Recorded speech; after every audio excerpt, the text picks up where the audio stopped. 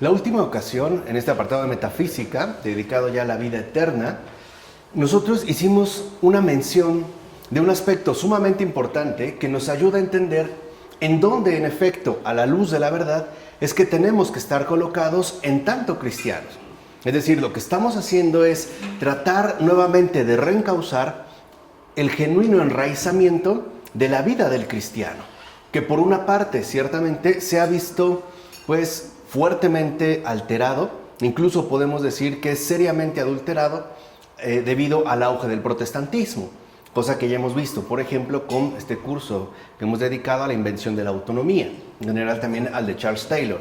Pero por eso yo quiero detenerme en un aspecto anterior para que entendamos el terreno genuino, que en efecto es metafísico, no moral, ¿no? Esa es como la insistencia que quiero que quede ya muy claro, ¿no? Que es un terreno metafísico del propio Evangelio, del propio Verbo encarnado, de Jesús mismo, que no corresponde exactamente con la moral y que por ende, como vimos la ocasión anterior, y es lo que yo voy a retomar en este momento, hace que las categorías con las cuales nosotros podemos comprender ortodoxamente, es decir, de manera recta, la realidad de Jesús, son distintas. Por ejemplo, mencionamos que el terreno, ¿no? El terreno real en el que se mueve el mensaje de Jesús no corresponde con especulaciones vagas sobre espacio y tiempo. O sea, no involucran necesariamente una cronología, algo pues que nosotros podamos fechar o que podamos datar de una manera precisa y exacta. ¿Por qué? Porque su centro, el centro fundamental de su mensaje, está ocupado por la persona misma de Jesús. En tanto, la persona misma de Jesús es ahora radicalmente encarnado, que en efecto va a servir de eje fundamental para el cubrir todos los tiempos. En pocas palabras, la persona misma de Jesús, y entiéndase bien, es la verdadera raíz de lo católico. Es la persona de Jesús el verdadero sustento de la catolicidad. Es la universalidad realizada a partir de una hora radicalmente encarnado que en efecto representa el acontecimiento constitutivo de todo lo demás, tanto de antes como de después. Y por eso, como habíamos mencionado, las categorías que a este aspecto se pueden ciertamente emplear y que de hecho están manifestadas en este propio mensaje son gracia y penitencia. Entiéndase gracia y conversión, que es en términos cristianos lo que debemos nosotros de entender por ethos, que en general nosotros solemos traducir por ética. Entonces, lo importante en el caso del mensaje de Jesús es que estas dos categorías, gracia y penitencia, o sea, gracia y conversión, finalmente, ¿no? Una metanoia, una transformación total de la vida de la persona que acepta el mensaje de Jesús y que por ende entra a formar parte de un encuentro vivo con esta persona viva, ¿no? Con esta persona divina, se mantienen pues bajo una unidad indisoluble. Así pues, y aquí ya damos inicio entonces para que tengan un poco el contexto en el cual nos vamos a mover, así pues, habrá que decir que Jesús se contrapone a una justicia que intente conseguir ella misma el reino de Dios. Y esto es muy importante porque ha sido a lo largo del tiempo, a lo largo de los tiempos finalmente transcurridos, una fuerte tentación.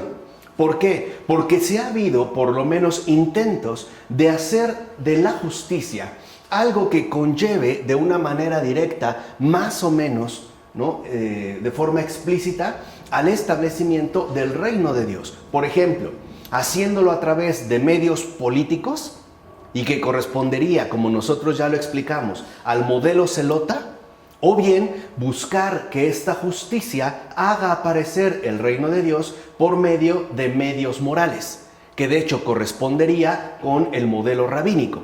O sea, uno sería, digamos, de un claro matiz sociorevolucionario, mientras que el otro sería más bien con una clara inclinación de una especie de remodelación moral.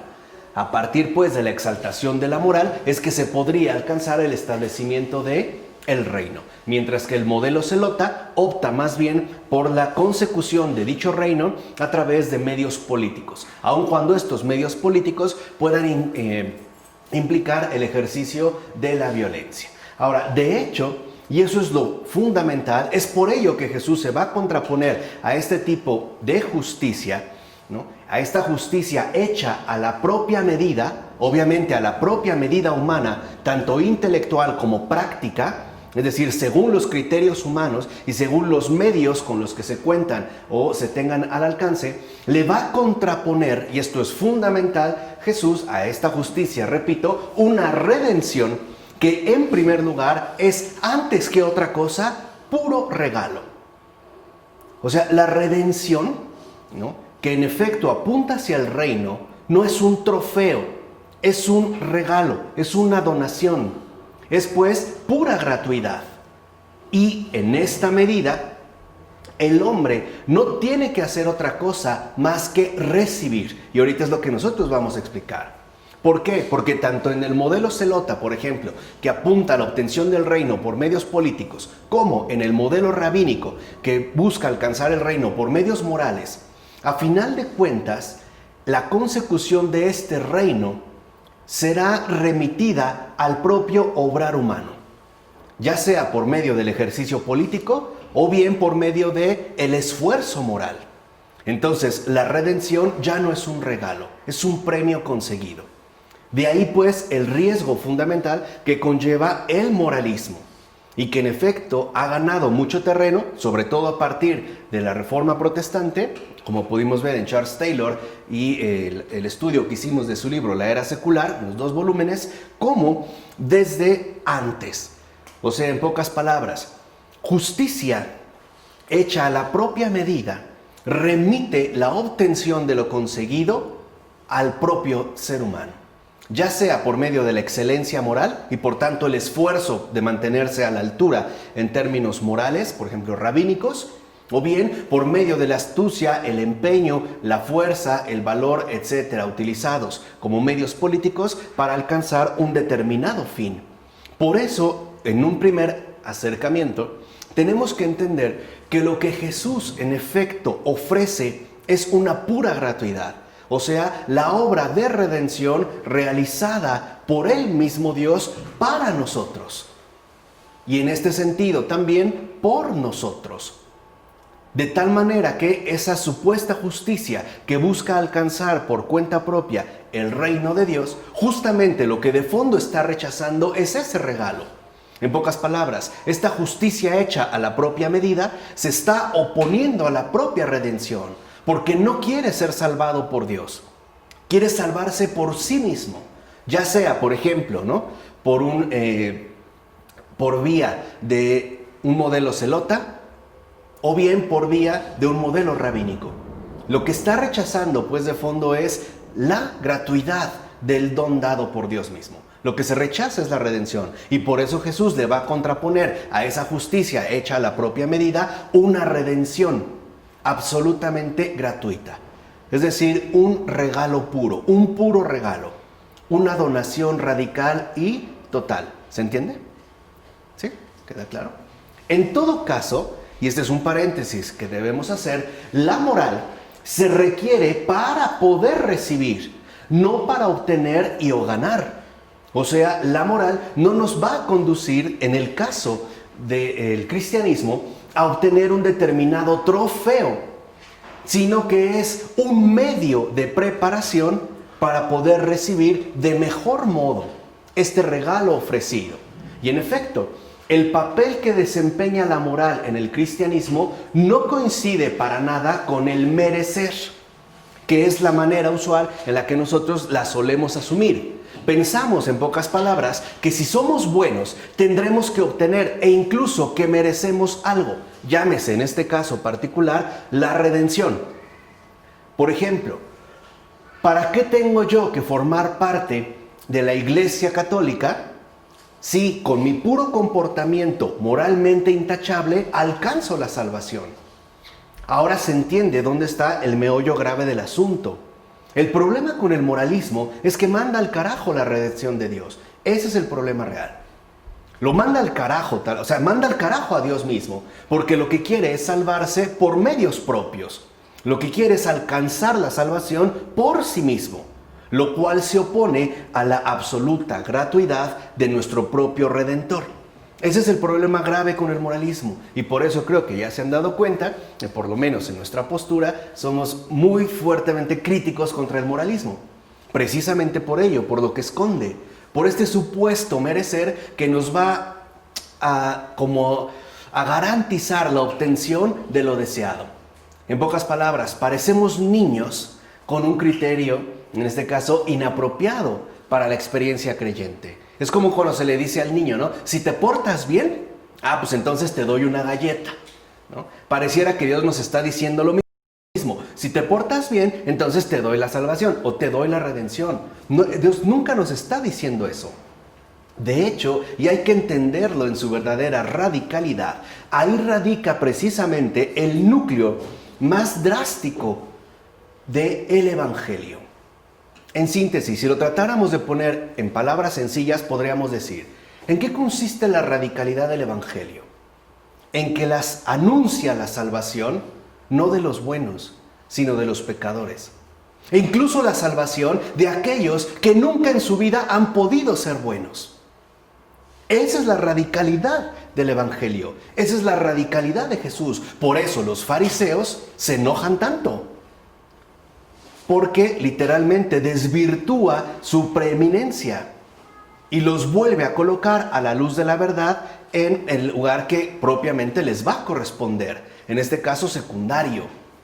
O sea, lo que debemos entender, y ahí radica precisamente, vuelvo a insistir, la radicalidad de Jesús, es que incluso para las personas que nunca han sido buenas, la salvación no les ha sido negada. Pero hay que prepararse para recibir ese regalo. Y ahí es donde puede entrar la moral, como un medio, como un acompañamiento. Y esa es la segunda parte. La moral es acompañamiento de preparación para el recibimiento, no ejercicio de coronación y triunfo. Así que nosotros ya debemos de poner a la moral en el lugar que le corresponde dentro del acontecer cristiano. No creamos que nos vamos a salvar porque somos buenos, lo cual contradeciría al propio Jesús, cuando él mismo dijo, si ustedes que son malos saben dar cosas buenas, sería tanto como decirle a Jesús, mientes. Yo soy bueno, y precisamente porque soy bueno, y más aún, si me esfuerzo sobremanera en ser más bueno, e incluso en vivir bajo un perfil de excelencia moral, tendré garantizada la salvación. Lo cual sería un profundo contrasentido, porque es no reconocer al Salvador. Es crearse una salvación a la propia medida. Es renegar de Cristo. Eso es el moralismo. Eso es su entraña más profunda. Y por eso nosotros, o al menos yo sí mantengo una postura totalmente antimoralista. Bueno, dice, se alegra más por una oveja perdida que por los 99, ¿no? Toda los 99 justos, ¿no? En la salvación del pecador, ¿no? Claro. Entonces, la salvación... ¿Quién de nosotros no es esta oveja perdida? Claro. ¿Quién dirá que no soy la oveja perdida? Claro. Por eso vino por nosotros. La oveja perdida es la humanidad entera. Los otros 99, ¿quiénes son en un principio? Pues los ángeles, que no necesitan, ¿qué? Salvación. Nosotros sí. Y es que no entendemos bien, ¿no? Ahora, debido, digamos, a toda esta serie de confusiones, a todo este proceso grave e intensivo de errorización, que es básicamente, ¿no?, nuestra única misión, ¿no?, poner al descubierto la errorización en la cual hemos incurrido como creyentes, especialmente en el mundo contemporáneo, el que ya no nos permite, pues, recibir, captar, entender y comprender todo lo que Jesús ha venido a transmitirnos y por ende también ha venido a darnos. Entonces, esto es fundamental. No se trata de ser buenos, se trata de ser humildes y sencillos, de ser sinceros y darnos cuenta de lo que realmente necesitamos, que es la salvación. Una salvación que es un absoluto regalo. En este caso, pues, una donación pura. Ahora bien, lo anterior se encuentra profundizado en las bienaventuranzas del Sermón de la Montaña. Ese es, digamos, como el contexto en el cual nosotros podemos también ahondar todavía más en esto que hemos mencionado.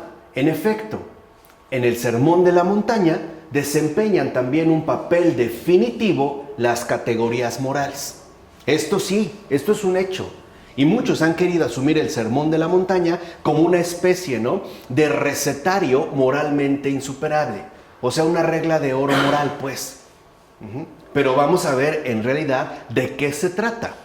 Sí es cierto que en el Sermón de la Montaña sí hay un papel bastante fundamental con respecto a las categorías morales. Pero veamos en detalle de qué se trata. Puesto que los pobres, y entiéndase siempre por los pobres, los últimos, en todos los sentidos, son los titulares del reino y por tanto son en realidad los primeros, dichos pobres son representados concretamente como los que tienen hambre de justicia, como los que en verdad ejercitan la caridad. Ellos son los limpios de corazón, así como los pacificadores que en último término se exponen a la persecución, y entiéndase por persecución lo que es la multiplicidad de sufrimientos en este mundo por causa de la justicia. Esto es fundamental. Lo que dice en pocas palabras el Sermón de la Montaña con respecto a las categorías morales es lo siguiente. No es que el bueno no va a sufrir, sino que los pobres van a sufrir, pero con una gran diferencia. Este sufrimiento será atendido por el mismo Señor. Pensemos en algo muy simple del sermón. Bienaventurados los que sufren, porque serán consolados. ¿Qué se necesita para ser consolado? ¿De qué se nos va a consolar? Pues del sufrimiento padecido. Y eso es lo que el Señor nos está diciendo. Claro que van a sufrir como cualquier otra persona, porque este mundo sí es, digamos, una marea de sufrimientos permanentes. A veces más grandes, a veces más pequeños. Pero la gran diferencia, y esa es la inversión fundamental de las categorías morales que aquí se presentan, es que estos padecimientos no tienen la última palabra, sino que serán atendidos precisamente por el propio Señor. ¿Se entiende? ¿Quiénes son los que tienen hambre de justicia? Bienaventurados, ¿no? Los que tienen hambre y sed de justicia. ¿Quiénes son? Piensen un poquito. ¿Quiénes son? Los que sufren injusticias. Son ellos. ¿Qué es lo que nos está diciendo el Señor? Nos está colocando ya en un contexto bastante definido. Y esto es algo fundamental. Porque a veces pensamos que las bienaventuranzas se saltan el realismo contundente que en efecto están expresando.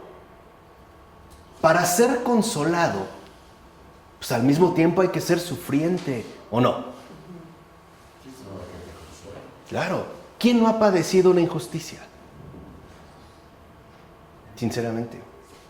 ¿Quién no ha padecido una injusticia? ¿Quién no tiene hambre y sed de justicia, incluso de que se realicen las cosas dentro, pongámoslo así, del entorno familiar? ¿Cuántas veces padecemos las injusticias con respecto al hermano, al primo, o nosotros mismos somos los provocadores de esas injusticias? Y lo hemos padecido.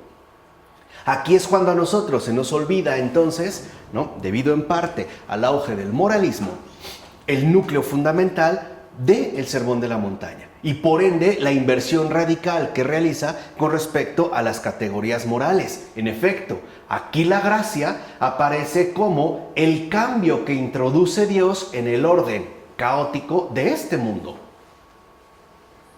Es decir, como la subversión del mundo por Dios.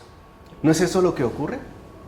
En el mundo, para alguien que padece injusticia, ¿cuándo podrá alcanzar satisfacción? Nunca. Aquí no. Lo que está diciendo el Señor es, vamos a subvertir este orden caótico. Este desorden establecido, ¿no?, como lo mencionaba Emmanuel Mounier en una parte de sus obras, este desorden establecido del mundo. Es como lo que dice, ¿no? Pondré enemistad entre tu padre y tú, ¿no? E hija, y así, ¿no? En familia. ¿No? Padres e hijos, entre hermanos. Ahora, ¿por qué realiza esta subversión? ¿Por qué es el fan número uno de la desintegración familiar? No, porque incluso este orden, más mejor dicho, este desorden establecido, no es conforme a la verdad. ¿Y por qué se va a mantener?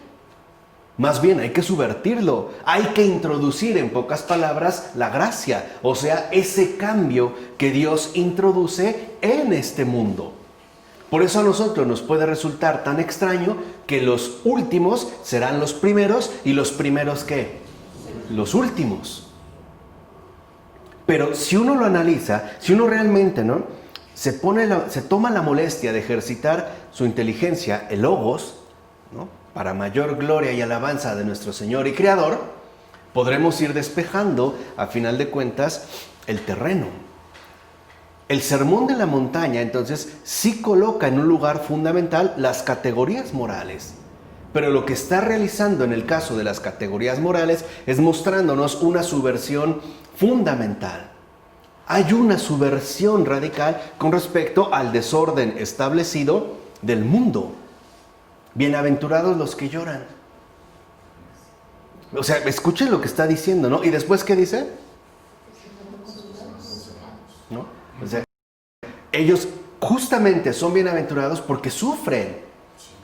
Pero lo que los hace más bienaventurados no es que sufran, sino que van a recibir lo que el Señor les quiere que ofrecer. Esa es la subversión. No se lo brinca. Por eso nunca dijo bienaventurados los que logran mantener la excelencia moral. Bienaventurados los que jamás cometen una equivocación. Bienaventurados los esforzados. ¿Cuándo oímos esto? Los que ponen todo su empeño, ¿no? En alcanzar las metas propuestas, ¿no? O sea, parecía que Jesús se adelanta y con muchísimo tiempo, ¿no? Como una flecha que atraviesa, ¿no? La historia entera, de principio a fin, al modernismo contemporáneo. Que todo lo va a concentrar en el propio esfuerzo. Y ahí es donde en efecto se ancló, se encajó, ¿no? Se enraizó, pues en este caso, el moralismo. Entonces, aquí vemos la subversión. En este caso, la moral se toma como la locura de hacerse pobre. Fíjense, el moralista no es capaz de aceptar el sufrimiento padecido, ¿o sí? ¿Cuántas veces el moralista dice, ¿por qué me pasan estas cosas a mí si soy bueno? Si no le hago daño a nadie. Es más, cumplo con mis deberes, con mis preceptos. ¿Por qué Dios se ha olvidado de mí? ¿Por qué me ha dejado de lado? O sea, literalmente, ¿no? Estamos intoxicados por esta errorización. Y esa es una situación que de alguna u otra manera todos atravesamos. Aquí no. Más bien, la moral es ese inaceptable salirse de las reglas de rendimiento exitoso del mundo que conduce más bien a encaminarse a la pobreza de Dios, abriéndose así para la riqueza que solo Él da. Y eso es lo que se muestra, por ejemplo, en el Sermón de la Montaña. Mira, te lo quiero presentar con un ejemplo bien simple. Si tú vas al supermercado con la billetera llena a hacer tus compras debido a las carencias que tienes en tu casa y te llenas de bolsas y al salir del súper o al bajar del coche y sacar todas tus grandes compras, llevas las manos ocupadas, ¿qué más puedes agarrar? Nada. Eso es lo que nos pasa con Dios. No es que no nos dé, es que no tenemos ya espacio disponible para recibir. Y en lugar de decir, ¿suelto esto? Pues no, yo quiero más. Y lo que hacemos es estirarle el hocico, ¿no? Para también tratar de agarrar con los dientes. O sea, ¿no? Una hipersaturación, ¿no? Eso es lo que refleja el Sermón de la Montaña. Esa es la subversión. ¿Se entiende ahora quiénes son? ¿Qué es la pobreza de Dios? Los pobres, los pobres, es decir, los que verdaderamente viven la pobreza de Dios, son los que son llenados por Él. Por eso en esta pobreza las manos siempre están ¿qué? Vacías. Bienaventurados los que sufren. En cambio, los que se creen autosuficientes e incluso viven como tal, no experimentan el consuelo de Dios. Porque no les falta absolutamente ¿qué? Nada. Es más, podemos decir, lo tienen ¿qué? Todo. ¿Qué les falta? Nada. Ni Dios. Y ese es el paso que hoy nos queremos saltar. Podemos decir así, queremos tener una experiencia de Dios por añadidura. Un plus, un extra, aparte de lo que yo ya poseo. Por ejemplo, están cubiertas todas mis necesidades, pues ahora Dios, que por añadidura se manifieste en mi vida a través del cumplimiento de mis múltiples caprichos. Sí. La pregunta es, ¿qué es eso? ¿De qué se trata? ¿Y así nos decimos en serio cristianos? ¿Realmente así nos podemos decir cristianos? Carentes de esta pobreza de Dios, que sabe abrirse para la riqueza, para el recibimiento que solo Él da. Ahí se entiende el papel que juega la moral. La moral nos hace humildes para recibir, sencillos para agradecer. Esa es la moral. Si la moral sirve para algo, es para eso. Es un medio. Humildes para recibir, sencillos ¿para qué? Para agradecer. Tú ve nada más cuando una persona tiene todo. Qué difícil darle un regalo. ¿Qué le das? Le buscas una carencia y no la tiene. Y lo que le das siempre es poca cosa. ¿Sí o no? ¿Qué le das? ¿Qué le puedes dar? Nada. Ya lo tiene ¿qué? Todo. Ya nada le sorprende. Se olvidó pues de recibir. Ahora, ¿vamos bien? Sí. Con estas contraposiciones se relaciona otra serie de aspectos característicos del reino de Dios en la predicación de Jesús. Este reino aparece bajo el signo de la alegría, de lo festivo, de lo bello, pero también bajo las imágenes de la impotencia y la pequeñez. Es esto justamente lo que más excluye cualquier explicación escatológica a corto plazo. Todo finalmente en el reino va a hacer que todo a corto plazo nos salga muy bien y que vivamos libres de padecimientos y libres ¿qué? En pocas palabras, sufrimientos. No es así. ¿A qué se refiere la impotencia? Pues al realismo de nuestra propia condición humana y lo mismo a nuestra pequeñez, en base a la tensión que ahorita nosotros hemos tratado de manifestar. ¿Cómo realmente podemos experimentar el consuelo de Dios? Pues a través de nuestra respectiva impotencia y ¿qué? Y pequeñez. Esto es como un punto fundamental. Entonces, dicho de otra manera, con esto Jesús se deslinda tanto del esquema apocalíptico como del rabínico. No se trata de ello. No se trata de alcanzar, sobre todo a un corto plazo, el reino de Dios. En síntesis, puede decirse que la nueva imagen del reino que ofrece Jesús es la victoria de Dios en la figura de lo carente de toda aparatosidad espectacular. ¿Cuál es esta? La pasión. Ahí es donde entra la pasión. En este sentido, las líneas de predicación de Jesús están remitiendo a Él mismo como el signo en verdad escatológico de Dios. Jesús es pues el ahora de Dios. Y ese es el referente para todo lo demás. Es como el eje central que va a articular todo posible acontecer.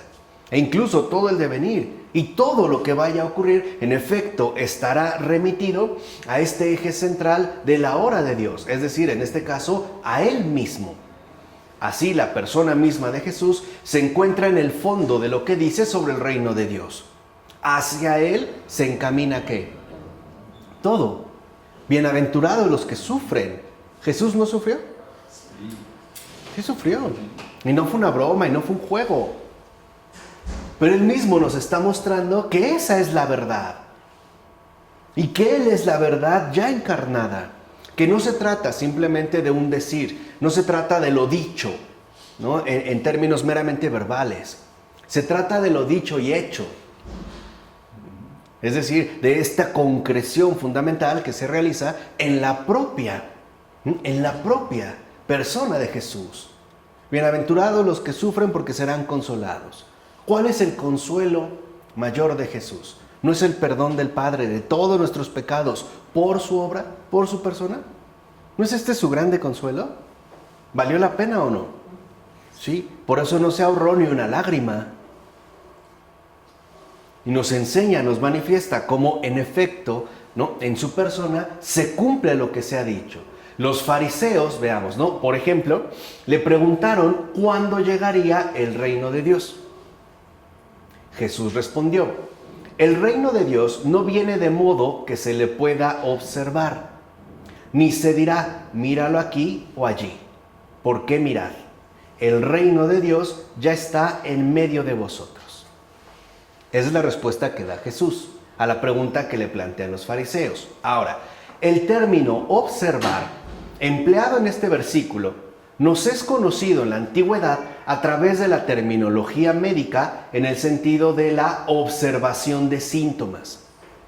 El término empleado en este versículo, que es observar, cuando dice Jesús que el reino de Dios no viene de modo que se le pueda observar, se utilizaba en la terminología médica para hablar de la observación de síntomas, ¿no? Y Jesús está diciendo, así no. Ahora, hay que entender por qué. También aparece en el terreno de la auscultación del futuro mediante la observación de animales destripados, como se daba, por ejemplo, en la astrología y en el culto pagano. Entonces, lo primero que está contraponiendo Jesús es este tipo de observación. Esa observación que hasta entonces se conocía, por ejemplo, a través del empleo médico, en la observación de los síntomas que se presentaban, etc. O bien, en el caso de la auscultación del futuro por medio de las vísceras de animales destripados, dice Jesús, así no. A este tipo de observación no se abre el misterio del reino de Dios. De hecho, y eso es a lo que apunta la mirada la respuesta de Jesús, su venida exige otro modo de mirar. Y es lo primero que les está mencionando a los fariseos. ¿Por qué? Porque en el caso de los fariseos, la mirada que ellos tienen se dirige ante todo hacia sí mismos. Por eso quieren ser tan impecables. Quiere decir que su mirada está desviada. Ya no se dirige verdaderamente a Dios. Se dirige a ellos mismos. Ahora, nos podemos preguntar, ¿de qué modo se trata? Si en efecto lo que Jesús está sugiriendo, que no es este tipo de observación, como el que mencionamos, ¿no?, el que apunta al misterio del reino, entonces, ¿de qué se trata? Podemos decir, en la historia de la exégesis, se pueden distinguir tres tipos de explicaciones dadas al texto. En general son las tres que, digamos, se han formulado. Al primer tipo le podríamos llamar el idealista. Y estuvo dominando prácticamente desde Orígenes hasta comienzos del siglo XX. Fíjense, todo el tiempo que dominó la postura idealista, aunque se presentaba, por supuesto, con notables variaciones. En este caso idealista, el entre vosotros, que es con lo que cierra Jesús, el reino de Dios ya está entre vosotros, se traduce por en vosotros. Ojo, lo que puede ser acertado desde el punto de vista lingüístico. En este caso, el texto diría, el reino de Dios no está fuera, se encuentra dentro. Su lugar es pues la interioridad del hombre y por ende es allí donde habría que buscarlo.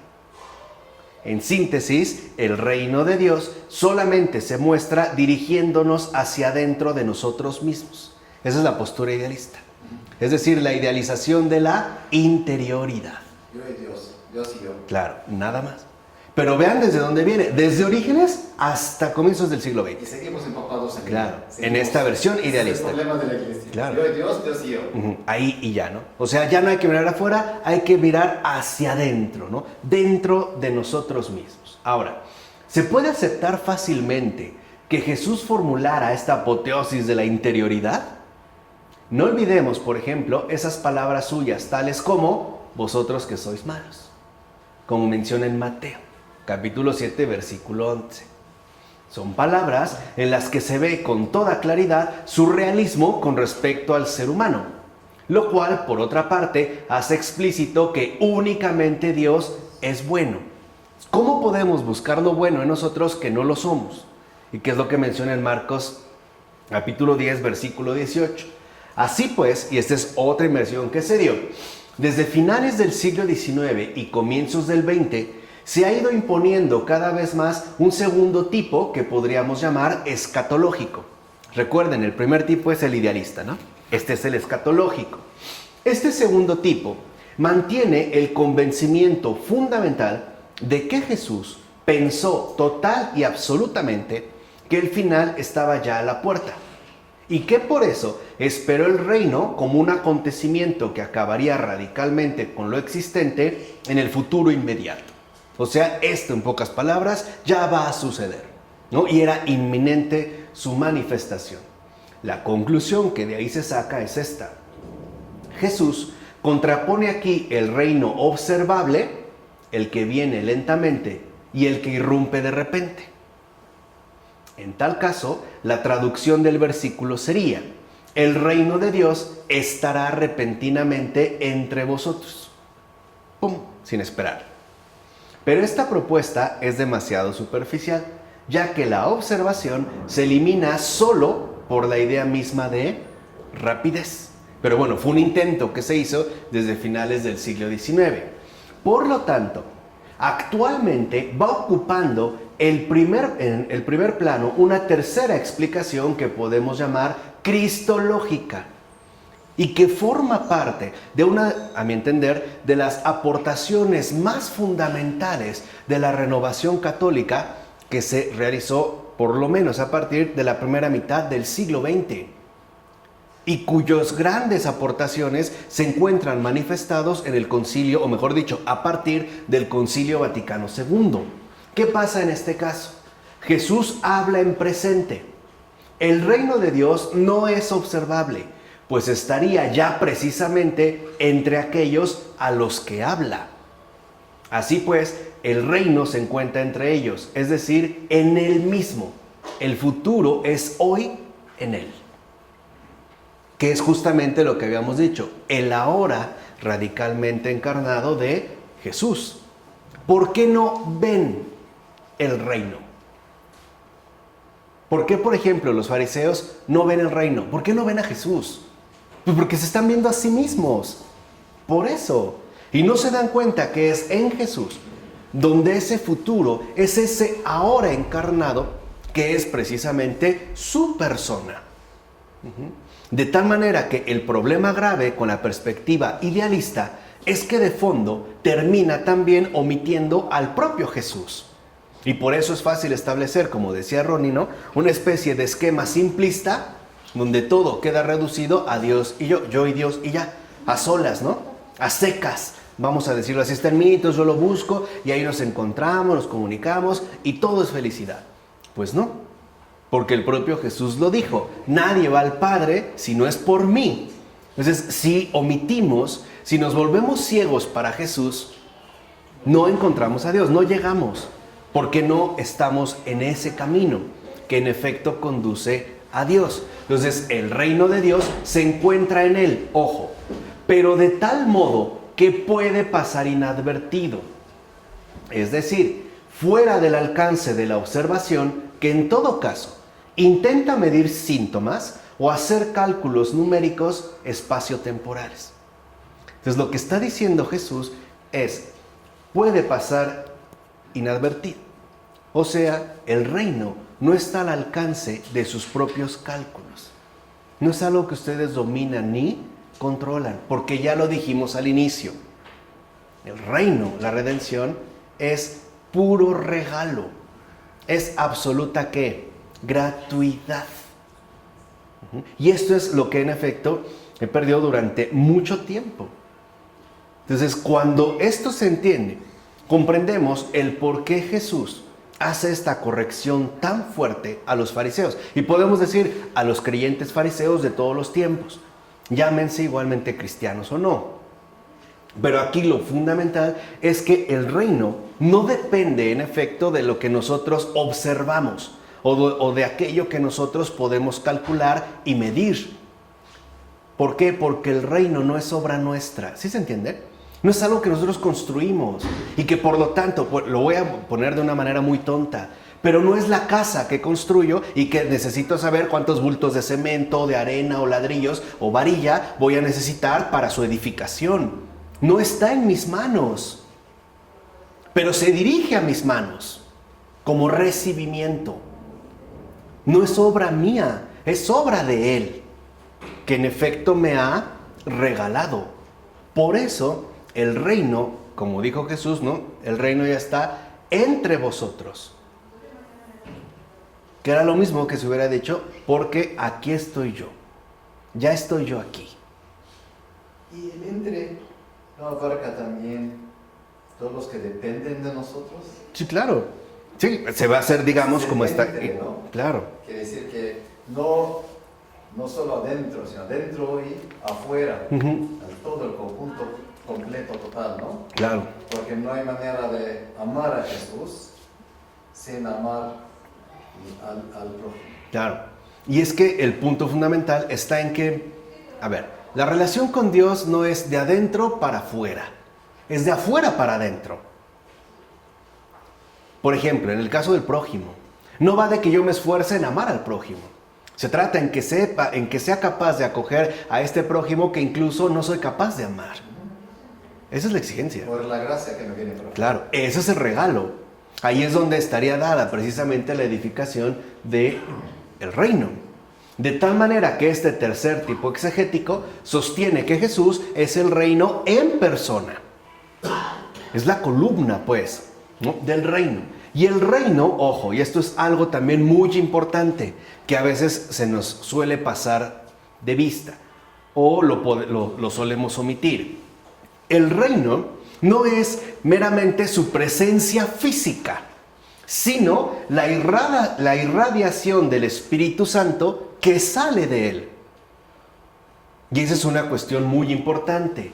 Gracias pues a su actividad neumática, es decir, relacionada o vinculada con el Espíritu, que rompe la esclavitud del hombre bajo los demonios, es como se hace realidad el reino de Dios. Y Dios mismo se hace entonces con el señorío sobre el mundo. Y ese es otro aspecto fundamental. No solamente se va a quedar reducida a su persona, sino a la irradiación de libertad que emana de su propia persona. En este caso, el Espíritu Santo, su actividad neumática, y que se puede manifestar, por ejemplo, desde el romper con la esclavitud de los demonios. Y que ya, digamos, dentro de esta manifestación se hace realidad, de hecho, el propio reino de Dios. Por eso debemos recordar que el reino de Dios es acontecimiento, no espacio. No es como una ciudad geográficamente localizable, delimitable. No es esto, no es espacio, es un acontecimiento. En consecuencia, la actividad de Jesús, cuyo acontecer fundamental se concentra en su pasión, rompe el dominio de la alineación que pesa sobre el hombre y lo libera. Ahí es donde ya, en efecto, por eso Jesús decía, el reino está ya que cerca. Incluso Él va a decir, en el momento fundamental, mi hora ha llegado. Ahí se va a conjugar la hora de Jesús. Jesús es, pues, y esto es lo importante, el reino de Dios, porque el Espíritu de Dios obra en el mundo por Él. Ese es el gran acontecimiento. Esa es verdaderamente la manifestación del reino de Dios en este mundo. El Espíritu de Dios que obra en este mundo por Él. ¿Cómo obra? Liberando. ¿Cómo obra? Consolando. Acuérdense del Sermón de la Montaña. ¿Cómo obra? Regalando. Ayudando. Dándose. Así obra. Ahí está el reino. Ya llegó. ¿Quién lo trajo? Jesús. ¿Quién lo comenzó? Jesús. ¿Quién lo conserva hasta este momento? Es su reino. Por eso le pedimos que venga a nosotros tu reino. No decimos, danos los materiales para construir nuestro reino. Aceptamos que es su reino y es precisamente el Espíritu de Dios obrando en el mundo por Él. Aquí es, digamos, ¿no? Como ha dado inicio precisamente el reino. Entonces, lo que podemos decir al respecto es que el resucitado es la fuente del Espíritu liberador para el mundo entero. El reino está entre vosotros. Y no por eso también el Señor dijo, y yo estaré con ustedes todos los días hasta el fin del mundo. ¿No sigue habiendo conversiones? ¿No sigue habiendo sanaciones? ¿No sigue habiendo ayudas? ¿No se sigue finalmente, no? Por así decirlo, expandiendo, profundizando, madurando este reino. Por eso el resucitado establece de una vez y para siempre el señorío invencible de Dios en el cielo y en la tierra. Por eso ya quítense esa idea engañosa, mentirosa, de que el diablo es señor del mundo. Ese no es señor de nada, ni del infierno. ¿Quién tiene las llaves del infierno? Jesús. Sí, pero bueno, hay que aclarar. Está en el mundo, domina el mundo, pero no hay poder. Es Por poder eso, de muertos. Por eso, pero no es señor de este mundo. Bueno, podemos decir que es señor del mundo, pero señor de muertos, porque no hay efecto. Sí, es como el contrapoder, ¿no? Sí, un poder El no poder. Que no tiene poder. Es el no poder, Sin poder. ¿no? Exacto. Es un reinado sin poder, ¿no? Del fracaso. Pero lo que sí es importante es que entendamos la presencia de este reino. O sea, lo que importa es este señorío invencible de Dios en cielo y tierra, no el dominio del maligno. Porque ahí uno puede entrar fácilmente en muchas equivocaciones, las cuales, en último término, nos van a conducir siempre al mismo resultado esperado, la omisión del resucitado. Así de simple. Entonces, para muchos, todo está mal. Sí, pero entonces, ¿dónde queda el reino? Entonces, lo que vemos es que el tema del reino se convierte en cristología porque el Espíritu viene de Cristo, siendo el Espíritu el radical señorío de Dios. Procede del Padre y del Hijo. Aquí también. Y aquí, por eso lo que vemos es que en un primer momento, Jesús mismo en persona les da el Espíritu, ¿se acuerdan? Ya resucitado, y sopló sobre ellos. ¿Y qué es lo que ocurrió en Pentecostés? A ver. Nacimiento de la iglesia, el cambio total, la valentía. Pero ¿por qué antes ya había soplado sobre ellos? Anuncio. ¿Por qué antes ya había soplado sobre ellos? Para que no olvidaran que esto recibido nuevamente en una confirmación total viene de Dios, o sea, del propio Jesús. Por eso Jesús en un primer momento, vamos a llamarlo así, hace un prepentecostés. Y lo hace utilizando su propia ¿qué? Boca. Y por eso va a anunciar la venida del Espíritu, ¿no? Del Paráclito. Esa palabra a mí realmente me gusta mucho, porque Paráclitos, que solemos traducir por consolador, tiene una connotación más concreta.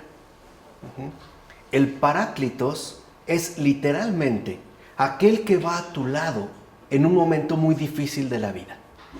Por eso es el consuelo. Entonces, ¿qué es lo que realmente consuela? La compañía, la presencia, la ayuda, el auxilio. Por eso hablamos también del espíritu auxiliador. Por ejemplo, si una persona de repente tenía un accidente y ya no podía caminar y alguien lo tomaba en sus brazos o lo ayudaba, ese era un paráclitos. Aquel que al acompañarte y en su compañía te sostiene y te brinda consuelo en todas, o mejor dicho, en tus dificultades concretas. Ahora, cuando el Señor anuncia la venida del Paráclito, ¿qué es lo que nos está diciendo? Van a contar con la compañía permanente de Dios todos los días, ¿hasta qué? Hasta el fin del mundo. Ese es el radical señorío de Dios. ¿Se entiende ya mucho mejor? Ahora se entiende el por qué habla precisamente de ese Paráclito. ¿Y por qué está tan alegre Jesús de que llegue? ¿Por qué dice es necesario que yo me vaya? Para que venga el Paráclito. Y aquí es donde vemos también la humildad de Dios. Si en un primer momento, fíjense, el Padre como que se oculta y se revela el Hijo, y el Hijo habla del Padre, después el Hijo como que se hace a un lado, se oculta para que se revele el Espíritu, que también es invisible.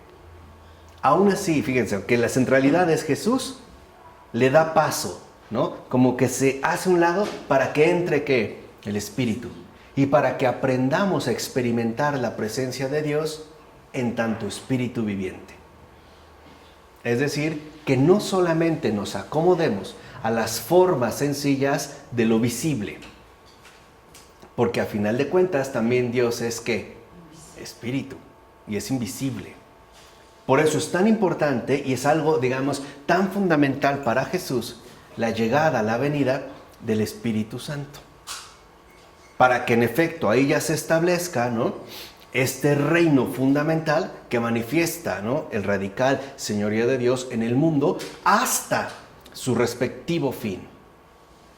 Por eso el Espíritu es aquel que nos acompaña y nos asiste en cada una de nuestras respectivas, ¿qué? Lo dije hace rato, dificultades. Es el cumplimiento del sermón de la montaña. Por eso lo mencionamos hace un momento. La inversión de la moral es la primacía del Espíritu sobre la moral. La subordinación de la moral al señorío del Espíritu, es decir, al reino ¿qué? De Dios. ¿Vamos bien? Porque ya estamos aquí en metafísica, ya estamos como en otro nivel. Pero es muy importante que nosotros lo captemos por la relevancia fundamental que de hecho posee. Por eso, asimismo, es tan fundamental que nosotros entendamos cómo este señorío, ¿no?, de Dios radical, que en efecto se manifiesta por ese espíritu liberador para el mundo entero, cuya fuente ha brotado del resucitado, y por lo tanto el cumplimiento de la voluntad del Padre, es una manifestación que no solo se va a dar en el interior, también en el exterior. Volvamos al ejemplo que yo les puse. Si alguien se rompió una pierna y no puede caminar, y alguien lo ayuda, este Paráclitos no solo lo está ayudando interiormente, por ejemplo, a no sentirse abandonado, también lo está ayudando, ¿qué? Exteriormente. Por eso, ojo, el Espíritu no solo atiende las cosas del Espíritu, sino también las cosas que pertenecen a nuestra propia condición humana. Vamos a decirlo así. El señorío radical de Dios, el Espíritu de Dios, atiende y consuela todas las dimensiones de nuestra condición humana. Visibles e invisibles, materiales e inmateriales. Ahora entienden por qué después de que Jesús dio el sermón de la montaña, lo primero que a continuación hizo fue decirles que les dieran de comer. No les dijo, pues ya con eso tienen, ¿no? Ya, se llenaron, ya llevan lleno el espíritu. No, también hay que tener lleno el estómago. También hay que tener salud. ¿Para qué? Para poder ser portadores de este evangelio. No solo se trata, pues, de alimentar el espíritu, no, también hay que alimentar el cuerpo. Por eso, inmediatamente, ¿no?, que ha habido esta revelación en el sermón de la montaña, que es tan importante, Jesús a continuación les dice algo que parece como muy común: denles de comer. ¿Qué quiere decir? Que Dios no solo se preocupa por nuestra dimensión espiritual, también se preocupa y consuela nuestra dimensión ¿qué? Material. También, no solamente un aspecto, ¿de acuerdo? Por eso es que podemos pasar al apartado 3, donde ya se hablará de la proximidad de la parusía. ¿Qué pasa en este? ¿Qué es parusía? ¿Alguien sabe? La segunda venida, ¿no? La llegada, la venida definitiva. La manifestación de Jesús en su esplendor y gloria, ¿no? Bien, no cabe duda de que en el Nuevo Testamento se encuentran indicios indiscutibles de que el fin del mundo se esperaba para muy pronto. ¿A qué se deben estos indicios? ¿Se remontan realmente al propio Jesús? Debemos pues profundizar en el discurso escatológico de Jesús en Marcos 13 y los otros textos evangélicos. Veamos. Lo esencial en este caso consiste en preguntar cuál es el indicador temporal con el cual se presenta el discurso sobre el final. Ciertamente, Mateo 24, versículos 15-22, Marcos 13, versículos 14-20 y Lucas 21, versículos 20-23, describen la destrucción de Jerusalén. Los tres. De hecho, Mateo, capítulo 24, versículo 2, y Marcos, capítulo 13, versículo 20, hablan, ojo, cosa que no hace Lucas, de las terribles tribulaciones finales. Mateo, capítulo 24, versículo 23 y siguientes, y Marcos, en el capítulo 13, versículos 21 al 23, ponen en guardia contra falsos anuncios de parusía, llamando la atención sobre falsos profetas y falsos milagros, cosa que tampoco hace Lucas. Entonces, si es cierto que en este caso Mateo y Marcos coinciden en este anuncio de terribles tribulaciones finales y el poner en guardia contra falsos anuncios de parusía, en Lucas eso no aparece. ¿Vamos? Respecto a la proximidad de la parusía. Solo Mateo, el capítulo 24, versículos del 26 al 28, se refiere expresamente a lo repentino de la parusía del Hijo del Hombre. De los evangelios, es únicamente Mateo el que emplea el término parusía. Ni Lucas ni Marcos, solo Mateo. Ahora bien, en Mateo, capítulo 24, versículos 29-31, en Marcos, capítulo 13, versículos 24 a 27, y Lucas, capítulo 21, versículos 25 a 28, a la predicación de la destrucción de Jerusalén, sigue la mención sobre la vuelta del Hijo del Hombre. En esto sí coinciden. Por un lado, la destrucción de Jerusalén, y por otro lado, después de esto, la venida del Hijo del Hombre. Ahora, esta expresión que aparece ya en los profetas, puede también prestarse a un cierto equívoco. ¿Por qué le dicen el Hijo del Hombre? Para referirse a su humanidad también. De hecho, la traducción más acertada es Hijo de Hombre. Como le dice, por ejemplo, el Señor a Isaías y a otros profetas, Hijo de Hombre. O sea, para darle precisamente, ¿no?, en este caso, su acento particular de ser humano. Cuando Jesús habla del Hijo del Hombre, está hablando precisamente de esta encarnación que es hijo de toda la humanidad entera, ¿no? La está asumiendo pues en su persona. Ok, ahora, ¿en qué sentido la destrucción de la ciudad santa, Jerusalén, esperada para muy pronto, se relaciona temporalmente con la parusía? El modo de esta relación es más bien característico en la diferente perspectiva de los tres evangelistas. Hay pues, en este caso, ¿no?, perspectivas distintas. En efecto, Lucas, por ejemplo, lo hace mediante un versículo que le es propio y que va del versículo 21 a 24, situado todavía en el marco de las predicciones sobre Jerusalén. ¿Qué dice ahí Lucas? Caerán al filo de la espada y serán llevados cautivos a todas las naciones. Jerusalén será pisoteada por los gentiles hasta que los tiempos de los gentiles se cumplan. Así pues, con pocas palabras, se abre aquí un amplio horizonte. Vean, el fin de Jerusalén no es el fin del mundo, sino el comienzo de una nueva etapa de la historia de la salvación. Se introduce pues la época de los gentiles, que es precisamente lo que anuncia Lucas. Es la hora que acaba de sonar. Recuerden que ahora la hora que acaba de sonar para nosotros puede ser extraño, pero antes las indicaciones temporales se daban por medio de articulaciones auditivas, es decir, por medio de sonidos. Entonces, un cierto sonido representaba una cierta hora, ¿no? Se acordarán tercia, sexta, nona, etc. Se podía dar mediante una articulación auditiva. Hoy para nosotros, ¿no?, la hora tiene que ver más bien con la vista. Incluso decimos ver la hora. A ver, ve a ver qué hora es.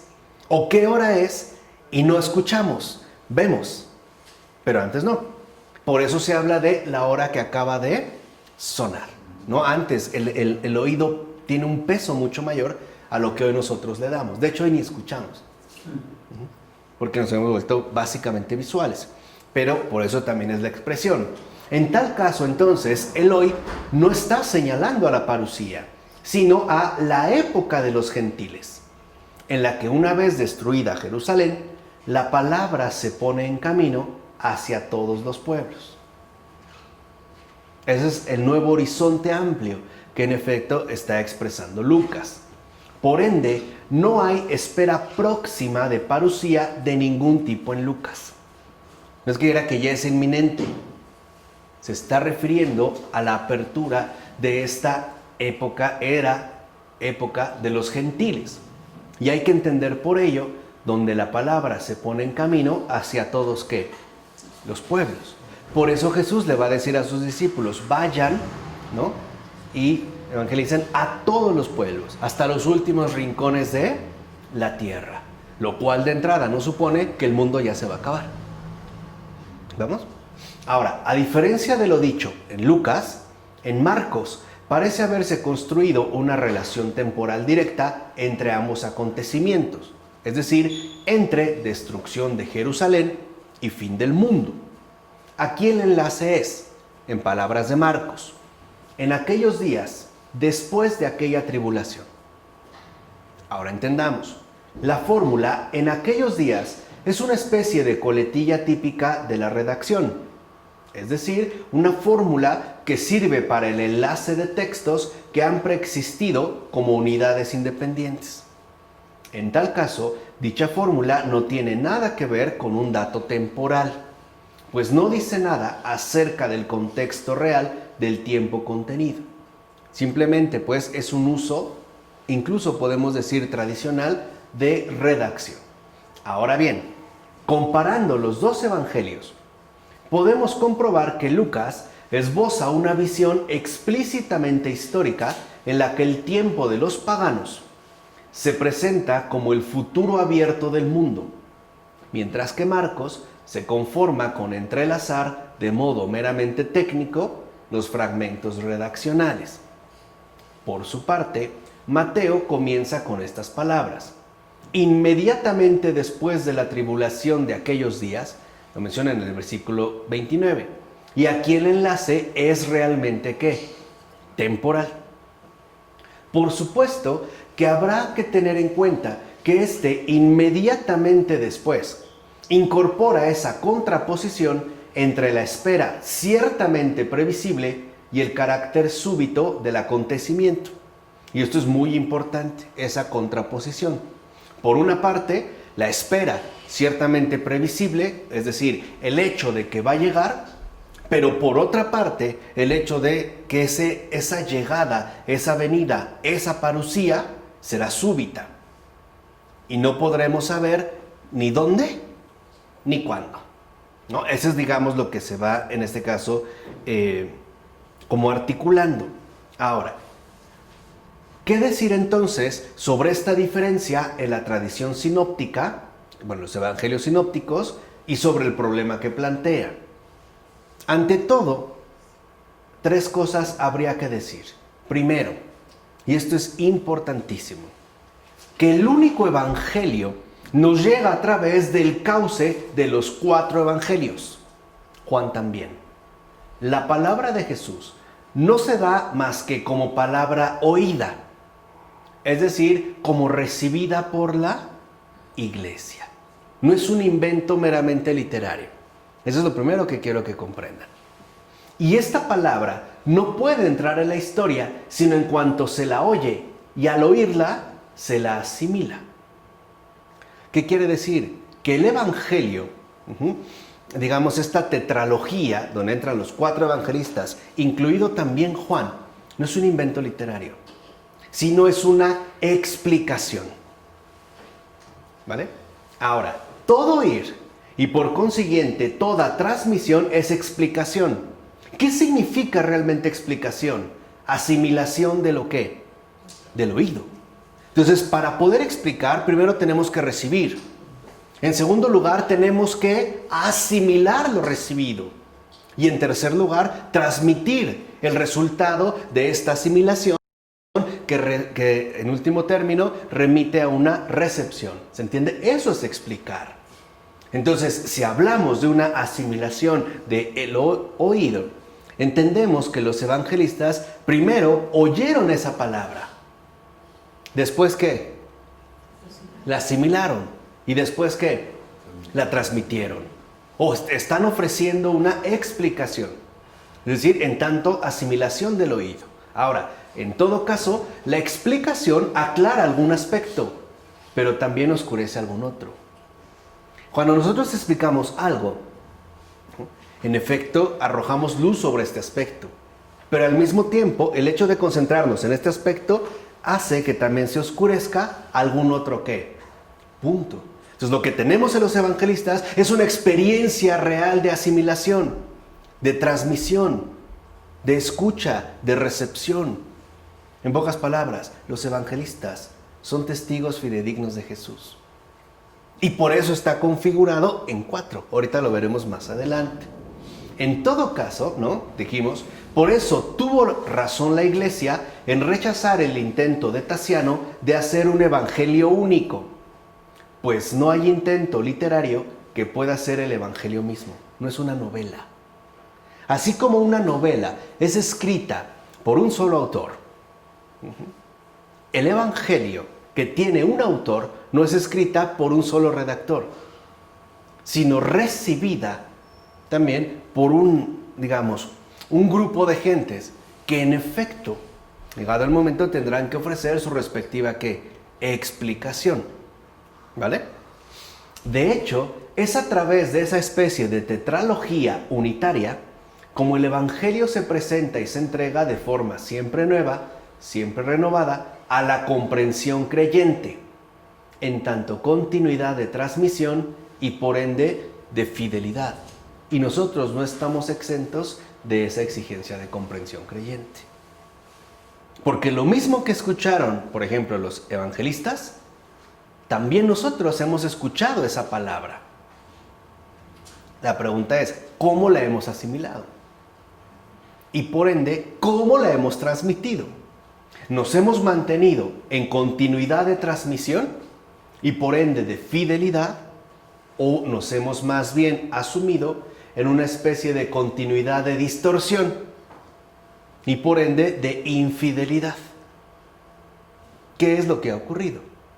Por eso para muchos basta con leer un versículo del Evangelio y ¡pum!, ¿no? Hay como un acontecimiento contundente. Porque la palabra no cambia. Lo que sí puede cambiar es nuestra continuidad ¿qué? De transmisión. O sea, realmente formamos parte de una verdadera comprensión creyente o, por el contrario, estamos nosotros como inmersos en una especie de distorsión permanente. Vamos, por ponerlo en términos filosóficos. Oímos la palabra de Jesús a través de los evangelios en comunión con la verdad o bien en pactación, permítanme decirlo así, con la mentira. ¿Estamos en rectitud o estamos en extravío? ¿Realmente nos hemos mantenido en esta continuidad de transmisión o nos hemos instalado en esa permanencia de distorsión? ¿Realmente estamos, sí o no, en esa línea de fidelidad? ¿O por el contrario, nos hemos nosotros desperdigado en discontinuidades que no corresponden necesariamente con esa fidelidad? Por eso lo primero que quiero que entiendan hasta este punto es que en los evangelios hay una palabra viva que ha sido oída, que ha sido asimilada y que ha sido transmitida. Y justo en esa transmisión se enriquecen aspectos, pero otros ciertamente se oscurecen. Pongamos un ejemplo muy sencillo. Si vemos un accidente y nosotros ponemos atención, ¿en serio podemos ofrecer absolutamente todos los detalles de ese único acontecimiento? No. A lo mejor Luis vio algo, a lo mejor yo también lo vi, pero a lo mejor él vio algo que yo no. Y así sucesivamente. Por eso, en realidad, no es que en los evangelios se contradigan y hayan equivocaciones, ¿no? Lo que están manifestando, por el contrario, es su verdadera autenticidad concreta. O sea, su verdadera concreción histórica. Es una verdadera experiencia creyente. ¿Sí se entiende o no? Lo han vivido, lo han asumido. Por eso, a lo mejor alguno destaca un aspecto más y finalmente otro se eleva, pero nos muestra otra ¿qué? otra cara. Es lo mismo como en un discurso, ¿no? Si escuchamos un discurso, por ejemplo, si ahorita yo les pidiera que me hicieran un resumen muy sintético de lo que hemos hablado en esta clase, no todos me dirían exactamente lo mismo. Incluso alguno captó algo más, que va incluido en el discurso, pero que involucra finalmente, ¿no?, su propia experiencia personal. ¿Se entiende? Entonces, ¿qué es lo que vemos en los evangelios? Pues la riqueza que manifiestan de recepción, asimilación y finalmente ¿de qué? De transmisión. Por eso es una riqueza viva. Por eso la iglesia, en esa sabiduría que viene de lo alto, en ese espíritu que la acompaña y que la consuela, vamos a decirlo, esta iglesia paracliteada, ¿no?, por utilizar estos giros del Papa Francisco, hay que primerar esta iglesia paracliteada, que es una expresión muy, muy, muy, muy bella. ¿Ha conservado qué? Los 4. Y no ha querido hacer del evangelio un artificio literario, como quería Tasiano. Reducirlo a una forma que única. Por eso lo interesante es que nosotros seamos capaces de escuchar el evangelio en sus 4 tonos, en sus 4 ofrecimientos, de manera unitaria. Si nosotros logramos eso, Jesús mismo estará hablando de manera clara. Sin que tengamos nosotros que establecer como discordancias entre unos y otros, que más bien tal vez no remiten a los evangelios, sino a nuestra continuidad de transmisión.